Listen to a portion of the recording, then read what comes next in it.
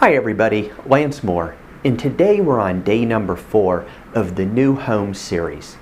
And I want to talk about today, should you use a realtor when buying a new home?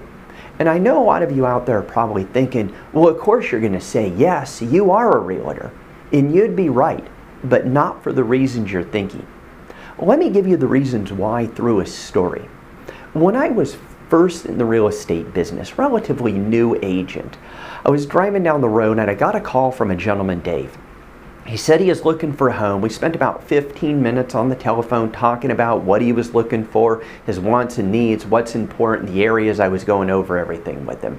So when I asked him to meet, he said, well, I tell you, Lance, he said, I'm going to be talking to a builder tomorrow, and I think I could get a better deal on a new home if I don't work with you. And I said, well, what do you mean? He said, well, if I don't work with a real estate agent, they don't have to pay your commission, so I think I could get a better deal. And I said, okay. I said, well, I completely understand. You go out and talk to him, do what you need to do. I said, but if I can, let me just take a couple minutes and just explain something to you and just take it with a grain of salt, okay? And he agreed to do that. And I said, okay, first off, I said, you go out to the builder and you buy the home. I said, let's just say you have a problem.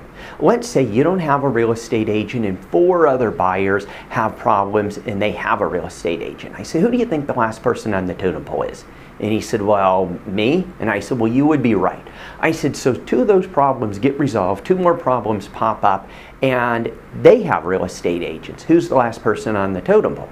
And he said, well, and I said, well, that's right, it would be you. I said, this isn't Baskin Robbins. It's not first come, first serve. This is business. I said, because at the end of the day, though the builder wants to make you happy, I said, if they don't make you happy, who are you really going to tell? I said, how many homes do you think you're going to buy in the next year, 5 years, 10 years with this builder? And he said, well, probably just this one. And I said, well, you think the builder knows that?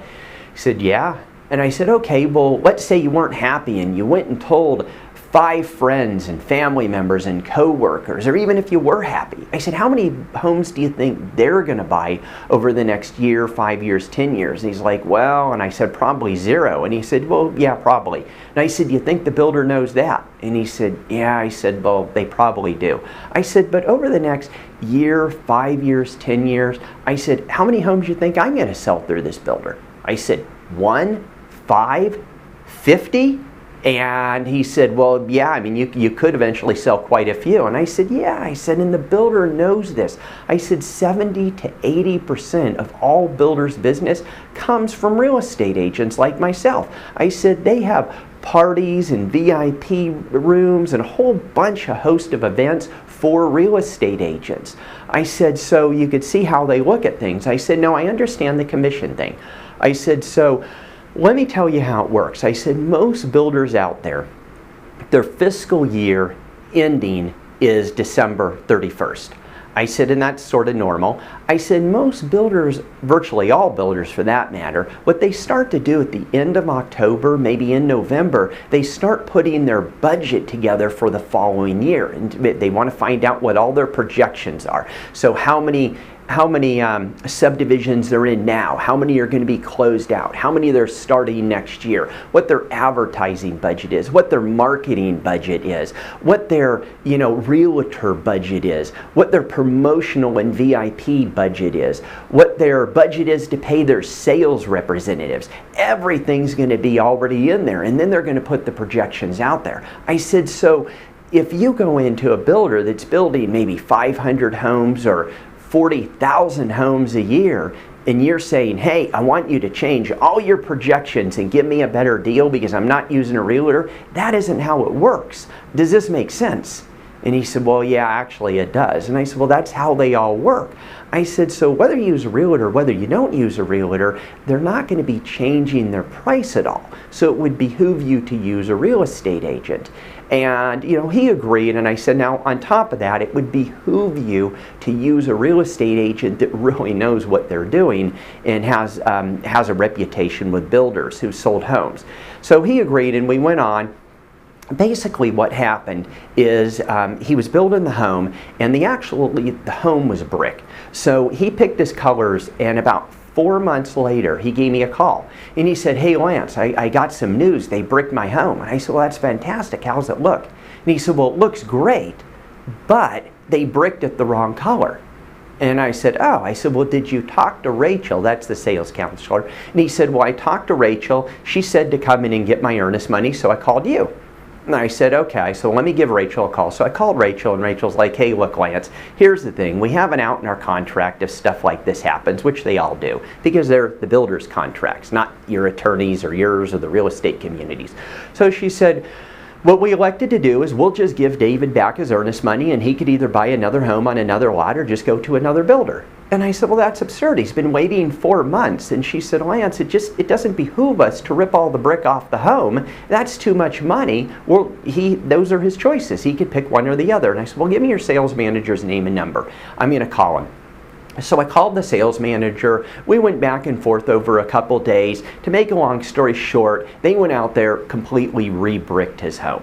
So we're going down the line, maybe another month or so later. They had an issue with his island kitchen. Same thing. If you don't like it, come and get your earnest money back. And he got all upset. He called me. I went in and talked to Rachel, called the sales manager again, and we got it resolved. They ended up fixing the problem. And I explained to him, again, I said, "Remember how I told you that so much of their business is coming from real estate agents?" And he agreed, and he remembered that. So he went through the process, and his home ended up closing on time. He was extremely happy. We got to the closing though, and he said, "Lance," he said, "I will never buy a new home without using you as my real estate agent, and if I don't live here, I am going to pick some agent to work with and work with them." And I said, "Well," I said, "couple things." I said, "One thing you need to know is builders, and all builders, not just the builder you're working with, but all of them are like a 2-year-old. They're always nice in the beginning, but their favorite word is no. No, no, no. That's what they say. Now, when you're talking to the sales representative, the sales representatives are really, really nice. But when there's a problem, their bread is buttered from their employer, the builder, and they're not taking your side. And you better believe the builders have outs." And he said, "Well, I've learned that." I said, "The other thing is you need to be very careful on who you use as a real estate agent, because over the years I've gotten to know a lot of CEOs and owners and executives, and a lot of my friends were sales representatives, and agents that don't know what they're doing could really tick off the sales manager and could really tick off people if they don't understand the game and how to do things and how to word stuff." So I said, you need to be careful if you ever move and you buy a home in a different area. Definitely get someone who knows what they're doing. And I have another story of a gentleman that we went in and we were looking at a home for him and his wife. Actually, I was showing them, and the sales rep was supposed to meet us, and they were a pretty small builder, but building volume homes. They were supposed to meet us, the sales rep was. They ended up no-showing us. And then I called the sales rep up, and I talked to him, and he said, "Well, go ahead and send your client in without you." And so to make a long story short, my client went in, they basically cut me out of the deal. And so he said, and then the client called me up the next day, said he didn't want to buy a house. And I said, "Okay, so I'll follow up with you in 4 to 6 months. 3 months later, he called me up and he told me the whole story. He told me how he went into the builder and they cut me out. And I said, "Well, why are you calling me?" He said, "Well, the builder basically gave me the shaft. They basically, lied about everything they told me. They aren't giving me what they promised me. And now they're keeping my $3,000 earnest money." He said, "Well, what do I do?" And I said, "Look, I can't help you out. I wasn't involved in the transaction." I said, "The only thing I could tell you is just go get an attorney and hope they don't charge a retainer. But then is it going to be worth it to get your $3,000 back?" And he didn't end up going that way. And he's like, "Man, I remember you telling me this up front, but I never thought it could happen to me." And I said, "Well, no one ever thinks it's going to happen to them." So we went out, he bought a home, and they lived in it for years and they're very happy. So I would say if you're going to buy, definitely use a real estate agent. Moreover, pick someone who really knows what they're doing. If you have any questions whatsoever, click the link below, give me a call, shoot me an email, write a comment. If you like this video, please share it. Give me a thumbs up and write a comment of it. If I could help you at all, please give me a call. Have a wonderful day, and I hope this helped you.